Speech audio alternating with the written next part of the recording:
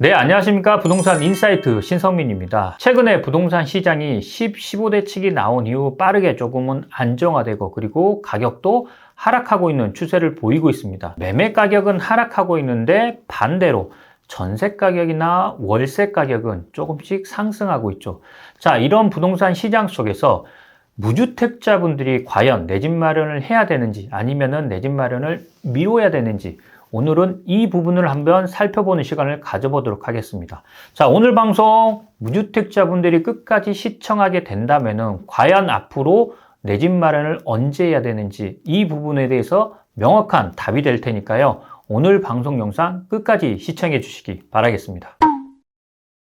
자, 15대책이 나온 지 어느덧 한 2주 정도 됐는데요. 과연 이 15대책이 굉장히 강력한 부동산 대책이다 보니까 시장에 미치는 여파도 굉장히 큽니다. 그런데 우리 시청자 여러분들 같은 경우에는 한 가지 아셔야 될 게 있습니다. 이재명 정부에서 15대책을 발표한 이후 과연 이 15대책으로 인해서 어떠한 효과를 바라고 이 15대책을 발표를 했을까요? 이재명 정부에서는 15대책을 발표함으로써 서울의 전 지역 그리고 경기 남부 12개 지역을 규제 지역으로 묶었습니다. 조정대상구역 그리고 투기과열지역, 토지거래 허가구역으로 다 묶었는데 이렇게 규제 지역으로 묶음으로써 이재명 정부가 바라는 게 어떠한 목적을 가지고 이 정책을 발표했는지를 정확하게 아셔야 됩니다. 지금 현재 정부에서는 15대책을 가지고 부동산 팔지도 말고 사지도 말고 거래 자체를 아예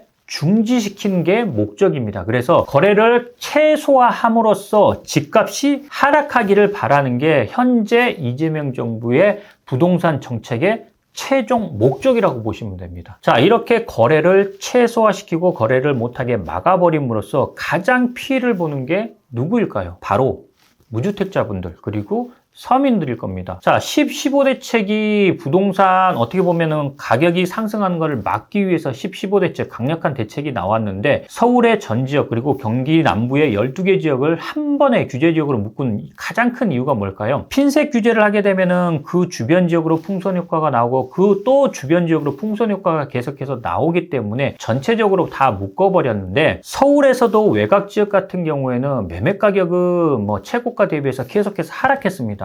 관악구라든가 금천구라든가 구로구라든가 저 위쪽으로는 노원구라든가 도봉구, 중랑구 아니면 강북구, 성북구까지 그리고 은평구라든가 서대문구까지 전체적으로 서울의 외곽 지역 같은 경우에는 매매 가격은 하락했거나 아니면은 보합입니다. 자, 그런데 이런 지역까지 묶어버리다 보니까 실제적으로 서민들이 그리고 무주택자분들이 내 집 마련하기가 굉장히 어려워졌다는 얘기입니다. 왜? 규제 지역으로 묶음으로써 대출 규제라든가 그리고 자금 출처 조사까지 강화함으로써 내 집 마련하기가 점점 어려워졌다는 얘기입니다. 그러면은 무주택자분들이 내 집 마련을 못하게 된다면은 어디에 거주를 해야 될까요? 전세 또는 월세입니다. 지금 현재 이렇게 서울 전 지역을 규제를 함으로써 아파트 거래량 자체가 굉장히 많이 줄었습니다. 그렇기 때문에 가격은 어느 정도는 하락할 겁니다. 그리고 아파트 매물도 굉장히 많이 줄었습니다. 한 10% 이상 줄었습니다. 아파트 거래량 자체는 거의 80% 가까이 줄어들었습니다. 아파트 거래량이라든가 매물 자체가 감소하다 보니까 상대적으로 내가 내 집 마련을 할 수 있는 매물 자체가 줄어들었겠죠. 그러면은 내 집 마련을 못 하시는 분들 같은 경우에는 결국에는 전세를 거주할 거고 이 전세로 수요가 몰리다 보니까 전세 가격이 올라가고 있습니다. 현재 전세 수급 지수란 거를 한번 살펴볼게요. 지금 현재 지역별로 전세 수급 지수를 나타내는 겁니다. 이 전세 수급 지수의 평균은 몇이냐면은 100입니다. 자, 이 100이라는 전세 수급 지수가 수요하고 공급하고 가장 조화롭게 이루고 있는 게 전세 수급 지수의 100이라는 수치인데 지금 현재 25년도 7월 달부터 10월 20일까지 이 전세 수급 지수를 한번 살펴본다면은 평균적으로 157을 나타내고 있습니다. 가장 이상적인 전세 수급 지수가 100인데 반해서 지금 현재 올해 전세 수급 지수, 특히 10월달 전세 수급 지수는 157, 서울 같은 경우에는 156을 나타내고 있습니다. 무슨 얘기냐면은 전세 공급이 그만큼 없고 전세 수요는 굉장히 많다는 얘기입니다. 자, 전세 공급은 없고 수요가 많다는 얘기는 전세 가격은 올라가겠죠. 자, 작년 24년도 전세 수급 지수가 평균 130 정도였습니다. 근데 1년 만에 전세 수급 지수가 27이라는 숫자가 올라갔습니다. 그만큼 공급은 적고 수요는 많다는 얘기입니다. 그러면은 이렇게 공급이 적어지게 된다면은 내가 전세로 거주할 수 있는 집 자체도 그만큼 적어졌다는 얘기겠죠. 그러면은 전세도 못 들어가게 된다면은 무주택자분들이 살 수 있는, 거주할 수 있는 집은 뭐밖에 없냐? 월세밖에 없습니다. 자, 그러면은 월세 지수도 한번 살펴볼게요. 올해 서울 지역에서 월세 가격 지수를 나타내는 겁니다. 25년도 3월 달 같은 경우에는 대부분 월세 수급 지수가 100을 나타내고 있습니다. 그리고 4월 달 같은 경우에는 100.1, 100.2, 뭐 100.4, 100.5 이렇게까지 약간 상승을 했고 5월 달 같은 경우에는 100.5, 100.6, 100.7 그리고 101, 101.3 점점 월세 가격 지수가 올라가고 있죠. 그리고 6월 달, 7월 달, 8월 달 점점 월세 가격 지수가 올라가고 있어서 지금 현재 8월 달까지 월세 가격 지수가 나왔는데 대부분 101.5, 101.7, 102.1 그리고 뭐 103.1 지금 101, 102, 103점까지 올라갔습니다. 자, 불과 5개월 만에 이렇게 가격이 상승했다는 얘기입니다. 지금 8월 달까지만 월세 가격 지수가 나왔지 9월 달, 10월 달 그리고 11월 달까지 나오게 된다면은 최소한 월세 가격 지수는 뭐 105, 106까지 올라갔을 겁니다. 왜? 전세 매물이 그만큼 적어지고 그리고 월세로 이동할 수밖에 없기 때문에 월세 가격도 상승할 겁니다. 자, 무주택자분들 같은 경우에는 여기서 한번 생각을 해 보십시오. 아파트 매매가 계속해서 감소하고 있고 아파트 매물도 잠겨 있습니다. 그리고 실거주하지 않으면은 아파트를 매수할 수가 없기 때문에 당연히 전세 매물도 잠기게 되겠죠. 그리고 전세 공급도 적어지다 보니까 대부분 다 뭘로 몰리느냐? 월세로 몰릴 수밖에 없습니다. 그러다 보니까 월세 가격이 계속해서 올라가는 거고요. 자, 이렇게 계속해서 매매는 못하고 전세도 매물도 없고 전세 가격도 올라가고 월세 가격도 올라간다면은 무주택자분들 한번 생각을 해보세요. 내가 비싼 전세, 비싼 월세를 내고 계속해서 거주를 할 거냐? 아니면은 내 집 마련을 해야 될 거냐? 이거를 고민할 시기가 됐다는 얘기입니다. 자, 그런데 여기서 한 가지 고민해야 될 게 있죠. 과연 그러면은 내 집 마련을 하게 되면 집값이 하락하고 있는데 내 집 마련을 해야 될 거냐? 집값이 하락하는 부분이 얼마나 갈까요? 제가 봤을 때는 단기적으로 집값은 하락할 겁니다. 몇 개월? 제가 봤을 때는 4개월에서 5개월입니다. 지금 당장 이사철입니다. 이 이사철이 지나게 되면은 사람들은 피부로 느낄 겁니다. 왜? 전세 매물이 없고 전세 가격은 올라가고 월세 가격도 올라가고 있다는 것을 피부로 느끼게 될 겁니다. 그리고 이 피부로 느끼게 된다면은 내 집 마련을 해야겠구나라고 판단을 하는 게 이사철이 지나고 또는 늦어도 내년 봄 이사철에는 피부로 느낄 겁니다. 그렇기 때문에 내년 이사철이 지나고 나서 내 집 마련을 하려고 본다면은 그때는 이미 가격은 올라가 있을 겁니다. 왜? 월세 가격, 전세 가격이 올랐기 때문에 이 전세 가격, 월세 가격이 상승하면은 결국에는 뭘 건드릴까요? 매매 가격을 건드릴 수밖에 없습니다. 지금 당장 10, 15대책 때문에 워낙에 강력한 수요 억제책이다 보니까 앞으로 부동산 시장, 특히 아파트 시장에 거래는 감소할 거고 그리고 아파트 가격도 어느 정도는 하락할 겁니다. 그런데 가장 근본적인 해결책인 공급이 뒷받침되지 않는 이상은 결국에는 다시 가격은 상승할 수밖에 없다는 얘기입니다. 그러면은 그때 가서 내 집 마련을 하려고 한다면은 또 늦는다는 얘기입니다. 자, 무주택자 여러분들 잘 생각해 보세요.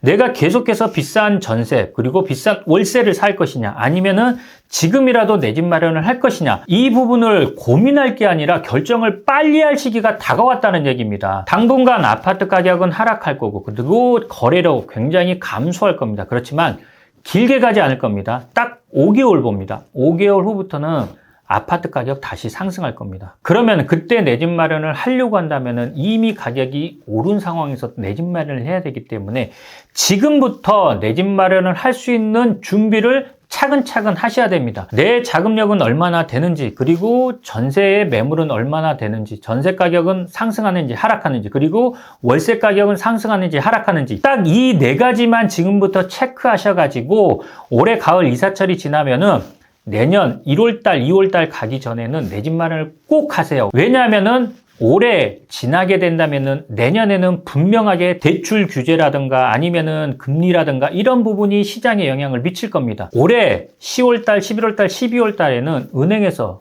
올해 총량제 때문에 대출이라든가 아니면은 전세 대출이라든가 이거 부분을 잘 안 해줄 겁니다. 은행에 문의해봐도 이 부분은 금방 나올 겁니다. 그리고 올해가 지나게 되면은 총량을 풀어줄 겁니다. 왜냐하면 은행도 기업이기 때문에 그렇습니다. 은행도 수익이 있어야지 운영이 되는 겁니다. 무조건 대출을 막는다고 해서 은행이 대출을 금지할까요? 아닙니다. 대출을 풀어줄 겁니다. 그 풀어주는 시기가 언제냐? 내년도 1월달, 2월달입니다. 왜? 내년도 총량이 정해져 있기 때문에 은행에서는 대출을 해야지 이자 마진이 들어올 거 아닙니까? 그래서 이 이자 마진으로 은행을 운영을 해야 되기 때문에 결국엔 내년 1월달, 2월달에는 대출을 풀어줄 겁니다. 그러면은 그때 내 집 마련을 하셔야 됩니다. 자, 무주택자 여러분들 이 네 가지를 딱 고민을 한번 해보십시오. 내 자금 스케줄이 얼마나 되는지, 그리고 현재 전세 매물이 얼마나 있는지, 전세 가격이 상승하는지 하락하는지, 그리고 월세 가격이 상승하는지 하락하는지 이 네 가지만 체크하셔가지고 내 집 마련을 해야 될지 아니면은 비싼 전세 월세를 살 것인지 고민하시고 결정을 하시면 됩니다. 그런데 전세 월세 가격은 떨어지지 않을 겁니다. 올라갈 겁니다. 그리고 가격이 지금 현재 떨어지고 있는 부분, 가격이 하락하는 부분은 단기적인 효과에 그칠 겁니다. 분명하게 말씀드리지만 공급이 뒷받침되지 않는 수요 억제책은 결코 성공할 수 없습니다. 이 부분은 단기적인 효과에 그칠 수밖에 없다는 얘기입니다. 그리고 공급은 1년, 2년, 3년, 4년 단기적인 공급을 할 수가 없습니다. 그렇기 때문에 2026년, 27년, 28년, 29년도까지 서울의 아파트 공급 물량은 10,000세대 미만입니다. 그렇기 때문에 가격은 올라갈 수밖에 없다는 거 꼭 기억을 하시고 내가 내 집 마련을 할 거냐 아니면 비싼 전월세 살 거냐 이 판단은 내년 1월달, 2월달에 결정을 하십시오. 그래서 내 집 마련을 꼭 하시는 게 좋다. 이 말씀을 무주택자 여러분들에게 꼭 드리고 싶습니다. 자, 무주택자 여러분들 내 집 마련을 지금 하라는 게 아닙니다. 당분간은 가격은 하락할 겁니다. 왜냐하면은 15대책 자체가 워낙에 강력한 수요 억제책이기 때문에 그렇습니다. 그래서 거래량이 80% 감소하고 그 다음에 아파트 매물도 줄어든 겁니다. 그런데 이 부분은 공급이 뒷받침되지 않는다면은 성공할 수 없는 정책이기 때문에요. 단기적인 효과에 그칠 겁니다. 집값은 분명하게 다시 상승할 겁니다. 그리고 내 집 마련을 준비하시는 우리 시청자 여러분들 같은 경우에는 딱 3개월 정도만 고민을 하셨으면 좋겠습니다. 이 3개월 동안 전세 가격이 어떻게 변동을 하는지, 월세 가격이 어떻게 변동을 하고, 매매 가격이 어떻게 변동하는지 이 3개월 동안 고민을 하시고 이 3개월 이후에는 결정을 꼭 하셨으면 좋겠습니다. 앞서 제가 말씀드린 이 네 가지 꼭 기억하셔가지고 내 자금 스케줄에 맞춰가지고 그 다음에 전세 가격, 월세 가격이 어떻게 변동을 하는지 그리고 매매 가격은 어떻게 변동하는지 이 부분만 체크를 하셔가지고 내 집 마련을 차근차근 준비하셔가지고 내년 1월달 그리고 2월달에는 꼭 내 집 마련을 하셨으면 좋겠습니다. 오늘 방송은 시청자 여러분들이 내 집 마련을 해야 되는지 아니면은 내 집 마련을 미뤄야 되는지 많은 고민들을 하고 있고 많은 상담을 요청하기 때문에 이런 부분을 해결해 드리고자 오늘 방송을 준비했고요. 내 집 마련을 더 이상 미루지 마시고 올해 남은 3개월 준비를 철저히 하셔가지고 내년 1월달, 2월달에는 꼭 내 집 마련을 하셨으면 좋겠습니다. 오늘 방송은 여기까지고요. 오늘 방송 내용도 좋으셨다면 좋아요, 구독하기 눌러주시고 다음 이 시간에도 더 좋은 내용, 더 알찬 내용으로 다시 찾아뵙도록 하겠습니다. 감사합니다.